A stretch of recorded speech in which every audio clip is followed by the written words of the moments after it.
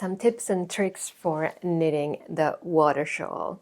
So this is the second shawl in the 4 Elements series. So we had the fire shawl that started the journey through these elements that came out in the spring, and now water as an element that I associate with water has just been released, and then there is earth coming in the fall and air in winter. As you can see, this is a traditional triangle shawl with the central spine and some lace elements to it. So let me walk you through the shawl and its construction. So you start from the center top right here, and you increase stitches on both side edges and along the central spine.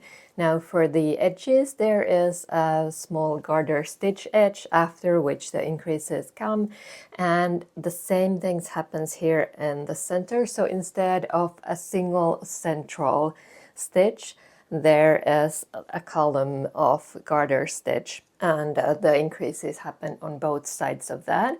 And then the lace patterns or the stitches are mirrored on both sides. This is it's again simple and meditative to knit, just as I like to have most of my knitting, but it does keep your interest up between the different lace patterns. So you've got like these water droplets, drops of water in these 2 blocks, and then there is plenty of airy lace. Now this is adding lightness to a summer shawl, but also when there's wind and the water surface is really sort of rumpled and sort of filled with like the gusts of wind as they move across water. You of course have the very smooth shiny stockinette stitch here for when the like surface of small lakes and ponds is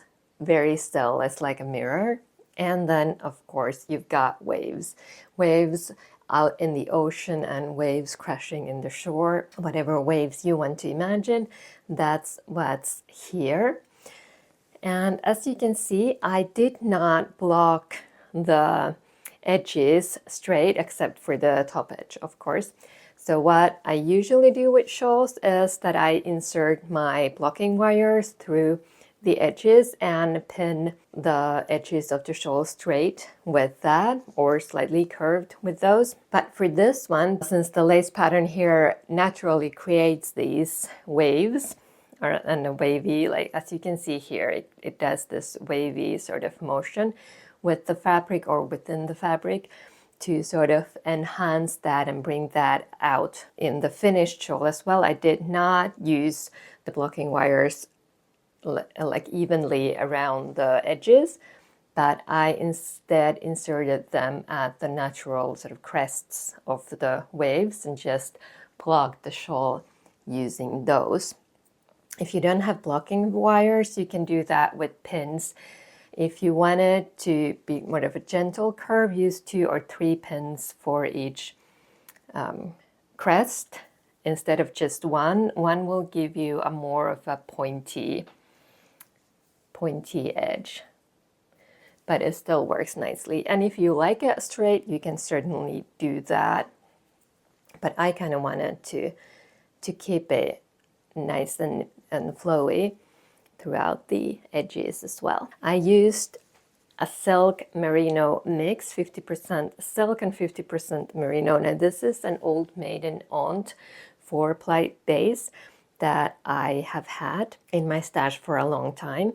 So you probably will not find the exact same yarn anywhere. The colorway is called Jaded, by the way, but instead have a browse and look at fingering weight yarns. Wool yarns work well, merino yarns, kind of soft if you want it flowy like this, maybe not those that you would go for collar work, but sock yarns work well. If you want to have that sheen, look for wool and silk mixes. What the silk does is it's a bit heavier than the wool. Even though the drape for a shawl is mostly created by blocking. The added weight of the silk in the fabric enhances that as well, so it flows like silk.